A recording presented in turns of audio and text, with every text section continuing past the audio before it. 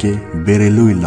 ಮಾಂಸ ಮಾರುವ ಕಟುಕರ ಮನೆಗಳು ಕೂಡ ಚೊಕ್ಕಟವಾಗಿರುತ್ತಿದ್ದವು ಎಂದು ಬರೆದಿದ್ದಾನೆ. ವಿಜಯನಗರದಲ್ಲಿ ಬೀದಿ ಬೀದಿಗಳಲ್ಲಿ ರತ್ನ, ಹವಳ, ಬಂಗಾರ, ವಜ್ರವನ್ನ ಬೀದಿಯಲ್ಲಿ ಮಾರಾಟ ಮಾಡುತ್ತಿದ್ದಾರೆ ಅಂತ ಕೂಡ ಬರೆದಿದ್ದಾನೆ. ಇಂತಹ ದಕ್ಷಿಣ ಭಾರತದ ಅತಿ ದೊಡ್ಡ ಹಿಂದೂ ಸಾಮ್ರಾಜ್ಯವಾಗಿದ್ದ ಈ ಸಾಮ್ರಾಜ್ಯ ಪತನವಾಗಿದ್ದು ಹೇಗೆ ಅನ್ನೋದು ಇವತ್ತಿನ ವಿಡಿಯೋದಲ್ಲಿ ನೋಡೋಣ. ಅದು 1510ನೇ ವರ್ಷ ಜನವರಿ 24ನೇ ತಾರೀಕು. ಭಾರತದ ಇತಿಹಾಸದಲ್ಲಿ ಒಂದು ಪ್ರಮುಖವಾದ ದಿನ ಅಂತಾನೆ ಹೇಳ್ಬೋದು. ಯಾಕೆಂದ್ರೆ ಆ ದಿನ ಶ್ರೀಕೃಷ್ಣ ದೇವರಾಯನ ಪಟ್ಟಾಭಿಷೇಕದ ದಿನ. ವಿಜಯನಗರ ಸಾಮ್ರಾಜ್ಯದ ಕೀರ್ತಿ ಪ್ರಪಂಚಾದ್ಯಂತ ಹರಡಿದ್ದು ಶ್ರೀಕೃಷ್ಣ ದೇವರಾಯನ ಕಾಲದಲ್ಲಿದೆ. ಆತ ಜೀವಮಾನದಲ್ಲಿ ಎಂದೂ ಯುದ್ಧಗಳಲ್ಲಿ ಸೋಲನ್ನು ಕಂಡೇ ಇಲ್ಲ. ಶ್ರೀಕೃಷ್ಣ ದೇವರಾಯ ಯುದ್ಧಕ್ಕೆ ಹೊರಟರೆ ಅಲ್ಲಿನ ಪ್ರಜೆಗಳು ಕಣ್ತುಂಬ ನಿದ್ದೆ ಮಾಡುತ್ತಿದ್ದರು. ಯಾಕೆಂದರೆ ಅವರಿಗೆ ಗೊತ್ತಿತ್ತು ನಮ್ಮ ದೊರೆ ಸೋಲಿಲ್ಲದ ಸರದಾರ ಅಂತ. ಅದು ನಿಜನೂ ಕೂಡ ಹೌದು. ಆತ ಜೀವಮಾನದಲ್ಲೇ ಯಾವ ಯುದ್ಧವನ್ನು ಕೂಡ ಸೋಲಲಿಲ್ಲ. ಆದರೆ ವಿಜಯನಗರ ಸಾಮ್ರಾಜ್ಯ ಪತನವಾಗಿದ್ದು ಶ್ರೀಕೃಷ್ಣ ದೇವರಾಯನ ಅಳಿಯ ರಾಮರಾಯರ ಕಾಲದಲ್ಲಿ. ರಕ್ಕಸಗಿ ತಂಗಡಗಿ ಯುದ್ಧದಲ್ಲಿ ವಿಜಯನಗರ ಸಾಮ್ರಾಜ್ಯ ಪತನವಾಯಿತು. ಆಗಿನ ಎಲ್ಲಾ ಮುಸಲ್ಮಾನ ದೊರೆಗಳು ಕೂಡ ಒಂದಾಗಿ ವಿಜಯನಗರ ಸಾಮ್ರಾಜ್ಯವನ್ನು ಮಣಿಸಲು ತುದಿಗಾಲಲ್ಲಿ ಆತೊರೆಯುತ್ತಿದ್ದರು. ಆದರೆ ಅದು ಸುಲಭದ ಮಾತಾಗಿರಲಿಲ್ಲ. ಯಾಕೆಂದರೆ ವಿಜಯನಗರ ಸಾಮ್ರಾಜ್ಯ ಶಕ್ತಿ ಅವರೆಲ್ಲರಿಗೂ ತಿಳಿದಿತ್ತು. ಅವರದೇ ಸೈನ್ಯದಲ್ಲಿದ್ದ ಕೆಲವು ಕುತಂತ್ರಿಗಳಿಂದ ಆ ಯುದ್ಧವನ್ನು ಸೋಲಬೇಕಾಯಿತು. ಅದು ಬರೀ ಯುದ್ಧದ ಸೋಲಲ್ಲ, ವಿಜಯನಗರ ಸಾಮ್ರಾಜ್ಯದ ಪತನವಾಗಿತ್ತು. ಆ ಯುದ್ಧದಲ್ಲಿ ರಾಮರಾಯನನ್ನು ಸೆರೆ ಹಿಡಿದು ಅವನ ತಲೆಯನ್ನು ಕತ್ತರಿಸಿದ್ದರು. ಅವರದೇ ಸೈನ್ಯದಲ್ಲಿದ್ದ ಕೆಲವರ ಮೋಸದಿಂದ ವಿಜಯನಗರದ ಸೇನೆ ಸಂಪೂರ್ಣ ಸೋತಿತ್ತು. ಆದರೆ ಇತ್ತ ವಿಜಯನಗರ ಹಾಗೆಯೇ ಇತ್ತು. ಯಾರಿಗೂ ಇನ್ನು ವಿಷಯ ತಿಳಿದಿರಲಿಲ್ಲ. ವಿಜಯನಗರ ಗೆದ್ದು ಬರುತ್ತದೆ ಎಂಬ ನಿರೀಕ್ಷೆಯಲ್ಲಿ ಜನಜೀವನ ಹಾಗೆಯೇ ಸಾಗಿತ್ತು. ಯುದ್ಧರಂಗದಿಂದ ಬದುಕಿ ಪಲಾಯನ ಮಾಡಿದ ಸೈನಿಕರು ಹೇಗೋ ಕಷ್ಟಪಟ್ಟು ಕೆಲ ದಿನಗಳ ನಂತರ ಪ್ರಯಾಣ ಮಾಡಿ ವಿಜಯನಗರ ತಲುಪಿದರು. ಅವರ ಮೂಲಕ ಕ್ಷಣಾರ್ಧದಲ್ಲೇ ಸುದ್ದಿ ಎಲ್ಲೆಡೆ ಹರಡಿತ್ತು. ವಿಜಯನಗರದಲ್ಲಿ ಯಾರೂ ಈ ಸುದ್ದಿಯನ್ನು ನಂಬುವ ಸ್ಥಿತಿಯಲ್ಲೇ ಇರಲಿಲ್ಲ. ಅವರಿಗೆ ಸತ್ಯ ಅರಗಿಸಿಕೊಳ್ಳಲು ಸಾಕಷ್ಟು ಸಮಯವೇ ಹಿಡಿಯಿತು. ತಮ್ಮ ನೆಚ್ಚಿನ ಸಾಮ್ರಾಜ್ಯದ ದೊರೆ ಶತ್ರುಗಳ ಕೈಗೆ ಸಿಕ್ಕಿ ಸತ್ತ ಎಂದು ಮರುಗಿದರು. ಕೇವಲ ಸೋತದ್ದು ಮಾತ್ರವಲ್ಲ, ಇನ್ನು ಕೆಲವೇ ದಿನಗಳಲ್ಲಿ ಇಡೀ ವಿಜಯನಗರವೇ ಸರ್ವನಾಶವಾಗುತ್ತದೆ ಎಂಬ ಸತ್ಯ ಅವರಿಗೆ ಅರಿವಿರಲಿಲ್ಲ. ಸೋಲಿನ ಪ್ರಮಾಣವನ್ನು ಅಂದಾಜಿಸಿರಲಿಲ್ಲ. ಇದುವರೆಗೂ ವಿಜಯನಗರ ಸೋತೇ ಇರಲಿಲ್ಲ. ಶ್ರೀಕೃಷ್ಣ ದೇವರಾಯನ ನಂತರ ಕೆಲ ಯುದ್ಧಗಳಲ್ಲಿ ಇಂದಿನ ರಾಜರು ಸೋತಿದ್ದರೂ ಶತ್ರುಗಳಿಗೆ ಬೊಕ್ಕಸದಿಂದ ಅಪಾರ ಪ್ರಮಾಣದ ಸಂಪತ್ತನ್ನು ನೀಡಿ ಅವರು ಇತ್ತ ಬರದಂತೆ ತಲೆ ಹಾಕದಂತೆ ಮಾಡಿದ್ದರು. ಆದ್ದರಿಂದ ಸೋತರೂ ನಾವು ಸುರಕ್ಷಿತ ಎಂಬ ಭಾವನೆ ಅಲ್ಲಿನ ಜನರಲ್ಲಿತ್ತು. ಆದರೆ ಯಾವಾಗ ಸ್ವತಃ ಅರಸು ಮನೆತನದವರೇ ಸೋತು ಮುಖ ಹಾಕಿಕೊಂಡು ಬಂದರೋ ಆಗ ಜನರಿಗೆ ಏನೋ ನಡೆಯಬಹುದು ಎಂಬ ಆತಂಕ ಮೂಡತೊಡಗಿತ್ತು. ವಿಜಯನಗರದ ಅಳುದುಳಿದ ಅರಸರಾದ ಸದಾಶಿವ, ತಿರುಮಲ ಸಹ ಓಡಿ ಬಂದಿದ್ದರು. ಅರಮನೆ ಸೇರಿಕೊಂಡು ತಮ್ಮ ಸಂಪತ್ತನ್ನೆಲ್ಲ ಒಟ್ಟುಗೂಡಿಸಿದರು. ಕೆಲವೇ ಗಂಟೆಗಳಲ್ಲಿ ಅರಮನೆಯನ್ನು, ಜನರನ್ನು ಎಲ್ಲರನ್ನೂ ಬಿಟ್ಟು ಅಲ್ಲಿಂದ ಕಾಲ್ತೆಗೆಯಲು ಸಿದ್ಧತೆ ನಡೆಸಿದ್ದರು. ಸುಮಾರು 1,500 ಆನೆಗಳ ಮೇಲೆ ಅರಮನೆಯ ಸಂಪತ್ತನ್ನೆಲ್ಲ ಹೇರಿಕೊಂಡು 2 ಶತಮಾನಗಳಿಗೂ ಹೆಚ್ಚು ಕಾಲ ತಮ್ಮ ನೆಲೆಯಾಗಿದ್ದ ವಿಜಯನಗರವನ್ನು ಬಿಟ್ಟು ಹೊರಟು ಹೋದರು. ಈ ಸಂಪತ್ತು ಶತ್ರುಗಳಿಗೆ ಸಿಗದಂತೆ ರಕ್ಷಿಸುವುದು ಅವರ ಉದ್ದೇಶವಾಗಿತ್ತು. ಆನೆಗಳ ಮೇಲೆ ಹೇರಿದ್ದ ಈ ಸಂಪತ್ತಿನಲ್ಲಿ ಅಪಾರ ಪ್ರಮಾಣದ ಬಂಗಾರ, ವಜ್ರವೈಡೂರ್ಯ, ಆಭರಣಗಳು, ಬೆಲೆ ಬಾಳುವ ಹರಳುಗಳು, ಮುತ್ತುರತ್ನಗಳು ಇದ್ದವು. ರಾಜಲಾಂಛನ ಹಾಗೂ ರತ್ನಖಚಿತ ಸಿಂಹಾಸನವನ್ನು ಹೊತ್ತು ನಡೆದೇ ಬಿಟ್ಟರು. ರಾಜ ಪರಿವಾರದ ಜೊತೆ ತೀರಾ ನಂಬಿಕಸ್ಥರಾಗಿದ್ದ ಸೈನಿಕರು ಹಾಗೂ ಅವರ ಕುಟುಂಬಗಳು ಹೊರಟು ನಿಂತವು. ಯುದ್ಧದಲ್ಲಿ ಬದುಕಿ ಬಂದದ್ದು ಕೇವಲ ತಿರುಮಲ ಮಾತ್ರ.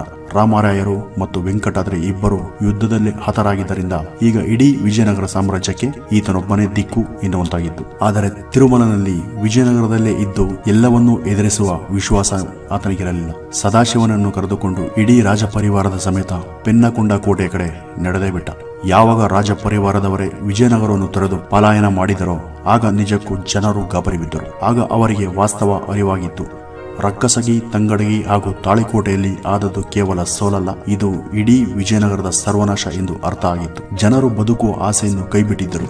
ಅವರನ್ನು ರಕ್ಷಿಸುವವರು, ಹೇಳುವವರು, ಕೇಳುವವರು ಇಡೀ ವಿಜಯನಗರದಲ್ಲಿ ಯಾರೂ ಇರಲಿಲ್ಲ. ಇದ್ದದ್ದನ್ನೆಲ್ಲ ತೆಗೆದುಕೊಂಡು ಮನೆ ಮಠ ಬಿಟ್ಟು ನಾವು ಓಡಿ ಹೋಗೋಣ ಎಂದರೆ ಅಪಾರ ಪ್ರಮಾಣದಲ್ಲಿ ಯುದ್ಧಕ್ಕೆ ಹೋಗಿದ್ದ ಎತ್ತಿನ ಗಾಡಿಗಳು, ಇತರೆ ಸಾರಿಗೆ ಸಾಧನೆಗಳು ಕೂಡ ಅಲ್ಲಿಯೇ ಸಿಲುಕಿಕೊಂಡಿದ್ದವು. ಹೀಗಾಗಿ ಅಳಿದುಳಿದವರು ತಮ್ಮ ಸಂಪತ್ತನ್ನೆಲ್ಲ ಗುಪ್ತ ಸ್ಥಳಗಳಲ್ಲಿ ಹುದುಗಿಟ್ಟರು. ಇದ್ದ ಯುವಕರೇ ಆಯುಧನ ಹಿಡಿದು ಏನಾದರೂ ಸಹಾಯ ಸಿಗಬಹುದೆಂದು ಕಾಯತೊಡಗಿದರು. ಆದರೆ ವಿಜಯನಗರದ ರಕ್ಷಣೆಗೆ ಯಾರೂ ಇಲ್ಲ ಎಂದು ತಿಳಿಯುತ್ತಲೇ ಮರುದಿನ ಕಳ್ಳಕಾಕರು, ದರೋಡೆಕೋರರು ನುಗ್ಗಿ ಮನಸ್ಸಿಗೆ ಬಂದಂತೆ ದೋಚಿದರು. ಈ ಒಂದೇ ದಿನ ಕಳ್ಳರು, ದರೋಡೆಕೋರರ ತಂಡಗಳು 6 ದಾಳಿಗಳನ್ನು ವಿಜಯನಗರದ ಮೇಲೆ ಮಾಡಿದರು. ವಿಜಯನಗರ ಇನ್ನೂ ಮುಕ್ಕಾಗಿರಲಿಲ್ಲ. ವಿಜಯನಗರದ ಪತನವಾಗಿ 3 ದಿನಗಳು ಕಳೆದಿದ್ದವು. 3ನೇ ದಿನ ಬಂತು. ವಿಜಯನಗರದ ನಿಜವಾದ ಅಂತ್ಯ ಆರಂಭವಾಯಿತು. ಅದು ಅಂತಿಂತ ಅಂತ್ಯವಲ್ಲ. ಅಷ್ಟು ದೊಡ್ಡ ಸುಭದ್ರ ಸಾಮ್ರಾಜ್ಯದ ಬುನಾದಿಯಂತಿದ್ದ ವಿಜಯನಗರವನ್ನು ಪೂರ್ತಿ ಆಳುಗೆಡವಲು ಆ ಮುಸ್ಲಿಂ ಸೈನ್ಯಕ್ಕೆ ಸುದೀರ್ಘ 5 ರಿಂದ 6 ತಿಂಗಳುಗಳೇ ಬೇಕಾದವು. ಅಷ್ಟು ಕಾಲವೂ ಆ ಸೈನಿಕರು ವಿಶ್ರಾಂತಿ ರಹಿತವಾಗಿ ವಿಜಯನಗರವನ್ನು ಲೂಟಿ ಮಾಡಿದರು. ಅಂದರೆ ವಿಜಯನಗರದ ಭವ್ಯತೆ ಸಂಪತ್ತು ಎಷ್ಟಿರಬೇಕು ಎಂದು ನೀವೇ ಊಹಿಸಿಕೊಳ್ಳಬಹುದು. ವಿಜಯನಗರವನ್ನು ಪೂರ್ತಿ ಧ್ವಂಸಗೊಳಿಸಿದರೂ ಆನೆಗೊಂದಿಗೆ ಹೆಚ್ಚಿನ ಹಾನಿ ಮಾಡಿರಲಿಲ್ಲ. ಆನೆಗುಂದಿಯ ಪಕ್ಕದಲ್ಲೇ ಇದ್ದ ವಿಜಯನಗರ ಪಟ್ಟಣ ಹೊಕ್ಕರು ಮೊದಲು ಕೈಗೆ ಸಿಕ್ಕ ಅಳುದುಳಿದ ಮಕ್ಕಳನ್ನು, ಮುದುಕರನ್ನು, ಯುವಕರನ್ನು ಕೊಂದರು. ಹೆಂಗಸರು ಸಿಕ್ಕರೆ ಅವರ ಮೇಲೆ ಸಾಮೂಹಿಕ ಅತ್ಯಾಚಾರವೆಸಗಿದರು. ಇದ್ದಬದ್ದ ಆಭರಣ ಸಂಪತ್ತನ್ನೆಲ್ಲ ಲೂಟಿ ಮಾಡಿದರು. ಅಷ್ಟಕ್ಕೂ ಸುಮ್ಮನಿರದೆ ಕಂಡ ದೇವಸ್ಥಾನಗಳಿಗೆ ನುಗ್ಗಿದರು. ದೇವರ ಮೂರ್ತಿಗಳನ್ನು ತಮಗೆ ಮನಸ್ಸಿಗೆ ಬಂದಂತೆ ಹೊಡೆದು ಹಾಕಿದರು. ಬೆಂಕಿ ಇಟ್ಟರು. ಅರಮನೆಯನ್ನು ಧ್ವಂಸ ಮಾಡಿದರು. ಕೆಲವು ಅತಿ ಬಲಿಷ್ಠವಾದ ದೇವಸ್ಥಾನಗಳ ಹೊರತಾಗಿ ಉಳಿದೆಲ್ಲವೂ ನೆಲಸಮವಾದವು. ದೊಡ್ಡ ಹಾಗೂ ಬಲಿಷ್ಠ ದೇವಾಲಯಗಳನ್ನು ಉರುಳಿಸಲಾಗಲಿಲ್ಲ. ಅವುಗಳ ಒಳಗೆ ಕಸ ಕಡ್ಡಿ ಹುಲ್ಲು ತುಂಬಿ ಬೆಂಕಿ ಹಚ್ಚಿದರು.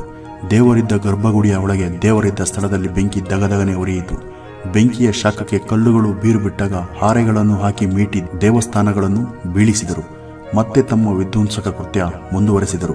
ಎಲ್ಲೆಡೆ ನೋಡಿದರೂ ದೇವಸ್ಥಾನ, ಅರಮನೆ, ಜನರ ವಸತಿ ಪ್ರದೇಶಗಳ ಅವಶೇಷಗಳೇ ಕಾಣುತ್ತಿದ್ದವು. ಅಲ್ಲಿಗೆ ನಿಲ್ಲದೆ ಬೃಹತ್ ನರಸಿಂಹಮೂರ್ತಿಯ ಕಾಲು ಕೈಗಳನ್ನೆಲ್ಲ ಮುರಿದು ಹೋಗಿದರು. ಶ್ರೀಕೃಷ್ಣ ದೇವರಾಯರು ಕುಳಿತು ಮಹಾನವಮಿ ಉತ್ಸವಗಳನ್ನು ನೋಡುತ್ತಿದ್ದ ಬೃಹತ್ ಮಹಾನವಮಿ ದಿಬ್ಬದ ಮೇಲೆ ಕಂಬಗಳುಳ್ಳ ಮಂಟಪವನ್ನು ಪೂರ್ತಿ ಹೊಡೆದು ಹಾಕಿದರು. ಅದರಲ್ಲಿದ್ದ ಸುಂದರವಾದ ಕೆತ್ತನೆ ಕೆಲಸಗಳನ್ನು ನಾಶ ಮಾಡಿದರು. ಕತ್ತಿ ಕಬ್ಬಿಣದ ಸಲಾಕೆಗಳು, ಹಾರೆ, ಕೊಡ್ಡಳಿಗಳಿಂದ ನಿತ್ಯವೂ ತಮಗೆ ಕಂಡದ್ದನ್ನೆಲ್ಲ ಒಡೆದು ಹಾಕುತ್ತಿದ್ದರು. ಪ್ರಾಯಶಃ ವಿಜಯನಗರದಷ್ಟು ಸುಂದರ ಭವ್ಯ ಭದ್ರನಗರ ಅಷ್ಟು ಬೇಗ ಸರ್ವನಾಶವಾದ ನಿದರ್ಶನ ವಿಶ್ವದಲ್ಲೇ ಮತ್ತೆಲ್ಲೂ ಇರಲಿಕ್ಕಿಲ್ಲ. ಒಂದು ದಿನದ ಹಿಂದಷ್ಟೇ ಸಂಪತ್ತು, ನೆಮ್ಮದಿ ಹಾಗೂ ಕಲೆ ಸಾಹಿತ್ಯಗಳ ತವರೂರು ಎಂಬ ಖ್ಯಾತಿ ಪಡೆದಿದ್ದ ಹಂಪಿ ಮರುದಿನದ ಹೊತ್ತಿಗೆ ಆಳು ಹಂಪಿ ಎಂಬ ಕುಖ್ಯಾತಿಗೆ ಪಾತ್ರವಾಯಿತು. ಈ ಸರ್ವನಾಶ 6 ತಿಂಗಳು ಹಗಲು ರಾತ್ರಿ ನಡೆಯಿತು. ದಿನವೂ ಬೆಳಗ್ಗೆ ಎದ್ದು ಅಲ್ಲಿದ್ದ ಸ್ಮಾರಕಗಳನ್ನು ನಾಶ ಮಾಡುವುದೇ ಈ ಸುಲ್ತಾನರ ಸೈನಿಕರ ಕೆಲಸವಾಗಿತ್ತು. ಊಟ, ತಿಂಡಿ, ನಿದ್ರೆ, ಕೈಗೆ ಸಿಕ್ಕ ಹೆಂಗಸರ ಮೇಲೆ ಅತ್ಯಾಚಾರ, ಗಂಡಸರ ಕಗ್ಗೊಲೆ, ಸಂಪತ್ತಿನ ಲೂಟಿ ಹಾಗೂ ಸರ್ವನಾಶ. ಇದರ ಹೊರತಾಗಿ 6 ತಿಂಗಳು ಬೇರೆ ಯಾವ ಕೆಲಸ ಕೂಡ ನಡೆಯಲಿಲ್ಲ. 2 ಶತಮಾನಗಳಿಂದ ವಿಜಯನಗರದ ಅರಸರು ನಿರ್ಮಿಸಿದ್ದ ಜಗತ್ತಿನ ಶ್ರೇಷ್ಠ ನಗರ, ರೋಮ್ಗಿಂತಲೂ ಪ್ರಸ್ತುತ ಸುಂದರವಾದ ನಗರ ಎಂದು ಹೊಗಳಿಸಿಕೊಂಡಿದ್ದ ವಿಜಯನಗರವನ್ನು ಇವರು ಕೇವಲ 6 ತಿಂಗಳಲ್ಲೇ ಅಲ್ಲಿ ಕಲ್ಲಿನ ಪಳೆಯುಳಿಕೆಗಳ ಹೊರತಾಗಿ ಏನೂ ಇಲ್ಲದಂತೆ ಮಾಡಿದರು. ಸಾವಿರಾರು ದೇವಸ್ಥಾನ, ಅರಮನೆ, ಕಟ್ಟಡಗಳೆಲ್ಲ ನೆಲಸಮವಾದವು. ಇಂದು ನಾವು ಹಂಪಿಯಲ್ಲಿ ನೋಡುವುದು ಅಂದು ಇದ್ದ ಸ್ಮಾರಕಗಳಲ್ಲಿ ಕೇವಲ ಬೆರಳಿಕೆಯಷ್ಟು ಮಾತ್ರ. ಇವುಗಳನ್ನು ಪೂರ್ತಿ ಧ್ವಂಸ ಮಾಡಲಾಗದೆ ಹಾಗೆ ಬಿಟ್ಟು ಹೋಗಿದ್ದಾರೆ. ಇನ್ನು ವೈಭವದ ದಿನಗಳಲ್ಲಿ ನಿಜವಾಗಿಯೂ ವಿಜಯನಗರ ಹೇಗಿತ್ತು ಎಂಬುದು ನಿಮ್ಮ ಊಹೆಗೆ ಬಿಟ್ಟಿದ್ದು. ಅಲ್ಲಿಗೆ ಹಂಪಿ ಸಂಪೂರ್ಣ ನಾಶವಾಯಿತು. ವಿಜಯನಗರ ಪೂರ್ತಿ ಪತನವಾಯಿತು. ವಿಜಯನಗರ ಸಾಮ್ರಾಜ್ಯ ಅಂತ್ಯವಾಗಿತ್ತು. ವೀಕ್ಷಕರೇ, ಪ್ರತಿಯೊಬ್ಬ ಭಾರತೀಯ ಕೂಡ ಒಂದು ಸಲನಾದರೂ ಹಂಪೆಗೆ ಭೇಟಿ ನೀಡಲೇಬೇಕು. ಉತ್ತರ ಭಾರತದ ಎಷ್ಟೋ ಜನರಿಗೆ ನಮ್ಮ ಹಂಪೆಯ ಬಗ್ಗೆ ಗೊತ್ತೇ ಇಲ್ಲ, ಅಲ್ಲಿನ ಸಾಮ್ರಾಜ್ಯದ ಬಗ್ಗೆ ಗೊತ್ತೇ ಇಲ್ಲ. ಯಾವ ಸರ್ಕಾರಗಳು ಕೂಡ ಭಾರತದ ಜನರಿಗೆ ಈ ಸಾಮ್ರಾಜ್ಯದ ಮಾಹಿತಿಯನ್ನು ಮುಟ್ಟಿಸುವ ಯಾವ ಸರ್ಕಾರಗಳು ಕೂಡ ಇದುವರೆಗೂ ಮಾಡಲಿಲ್ಲ. ಸಾಧ್ಯವಾದರೆ ನಿಮ್ಮಲ್ಲಿ ಯಾರಾದರೂ ಇನ್ನು ನೋಡಿಲ್ಲ ಅಂದರೆ ದಯವಿಟ್ಟು ಹಂಪೆಗೆ ಒಂದ್ಸಲ ಹೋಗಿ ಭೇಟಿ ಕೊಡಿ. ನಿಜಕ್ಕೂ ನಿಮ್ಮ ಕಣ್ಣಲ್ಲಿ ನೀರು ಬರುತ್ತೆ. ಆ ಜಾಗನ ನೋಡಿದಾಗ ಕಣ್ಣಲ್ಲಿ ನಿಜಕ್ಕೂ ನಿಮಗೆ ಕಂಬನಿ ಮಿಡಿಯೋದು ಸುಳ್ಳಲ್ಲ. ಮತ್ತೆ TR ಶಿವಪ್ರಸಾದ್ ರವರು ಶ್ರೀಕೃಷ್ಣ ದೇವರಾಯ ಅಂತ ಒಂದು ಬುಕ್ಕನ್ನು ಬರೆದಿದ್ದಾರೆ. ನಾನು ನಿಮಗೆ ಈಗ ಹೇಗೆ ಪತನ ಆಯಿತು ಅಂತ ಹೇಳಿದ್ನಲ್ಲ, ಅದರ ಅಷ್ಟು ಮಾಹಿತಿ ಕೂಡ ಆ ಬುಕ್ಕಿಂದಲೇ ನಾನು ತೊಗೊಂಡಿರೋದು. ಸಾಧ್ಯ ಆದರೆ ಆ ಬುಕ್ಕನ್ನು ಒಂದ್ಸಲ ತಗೊಂಡು ಓದಿ. ತುಂಬ ಚೆನ್ನಾಗಿ ಅದ್ರ ಬಗ್ಗೆ ವಿವರಣೆ ಕೊಟ್ಟಿದ್ದಾರೆ ಅಂತ ಹೇಳ್ತಾ ಈ ವಿಡಿಯೋನ ಮುಗಿಸ್ತಾ ಇದ್ದೀನಿ. ನಿಮ್ಗೇನಾದರೂ ಈ ವಿಡಿಯೋ ಇಷ್ಟ ಆಗಿರೋದು ದಯವಿಟ್ಟು ಈ ವಿಡಿಯೋ ನಿಮ್ಮ ಸ್ನೇಹಿತರೊಂದಿಗೆ ತಮ್ಮ ವಾಟ್ಸ್ಆಪ್ ಗ್ರೂಪ್ಗಳಲ್ಲಿ ಶೇರ್ ಮಾಡಿ. ವಿಡಿಯೋ ನೋಡೋದಕ್ಕೆ ಧನ್ಯವಾದ. It's delicious.